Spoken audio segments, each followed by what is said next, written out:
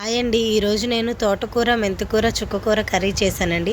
తోటకూర, చుక్కకూరని క్లీన్ చేసుకుని, కట్ చేసుకుని పక్కన పెట్టుకున్నానండి. మెంతికూరని కాడలు లేకోకుండా ఆకులు మాత్రమే ఒలుచుకుని క్లీన్ చేసుకుని పక్కన పెట్టుకున్నానండి.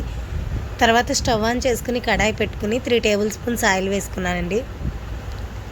పోపు దినుసులు కూడా వేసుకుని అవి ఫ్రై అయిపోయిన తర్వాత ఒక ఆనియన్, 5-6 పచ్చిమిర్చి, కొంచెం కరివేపాకు వేసుకుని ఇవి బ్రౌన్ కలర్ వచ్చే వరకు ఫ్రై చేసుకున్నారండి. తర్వాత దీనిలోకి 10 వెల్లుల్లి రెబ్బలు దంచుకుని వేసుకున్నానండి.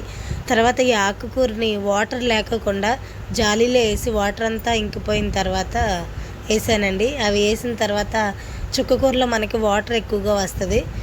ఆ వాటర్ అంతా ఇంకిపోయే వరకు నేను కలుపుకుంటూ ఫ్రై చేసుకుంటున్నానండి. దీనిలో సాల్ట్ ఏమీ యాడ్ చేయలేదు. నేను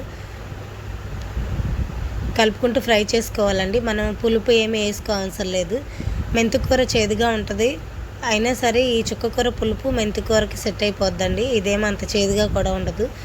ఈ వాటర్ అంతా ఇంకిపోయిన తర్వాత నేను రుచికి సరిపడా సాల్ట్, కొంచెం పసుపు, 2 టేబుల్ స్పూన్స్ కారం కూడా వేసేసుకుని కలుపుకుంటూ ఫ్రై చేసుకుంటున్నానండి. ఇది ఆయిల్ పైకి తేలే వరకు ఫ్రై చేసుకుంటున్నానండి. ఈ ఫ్రై అయిపోయిన తర్వాత నేను కొంచెం కొత్తిమీర కూడా వేసేసుకున్నాను. ఈ వెల్లుల్లి రెబ్బలు ఎక్కువ వేయడం వల్ల ఇది మధ్యలో తగులుతూ చాలా టేస్ట్గా కూడా అనిపిస్తుందండి.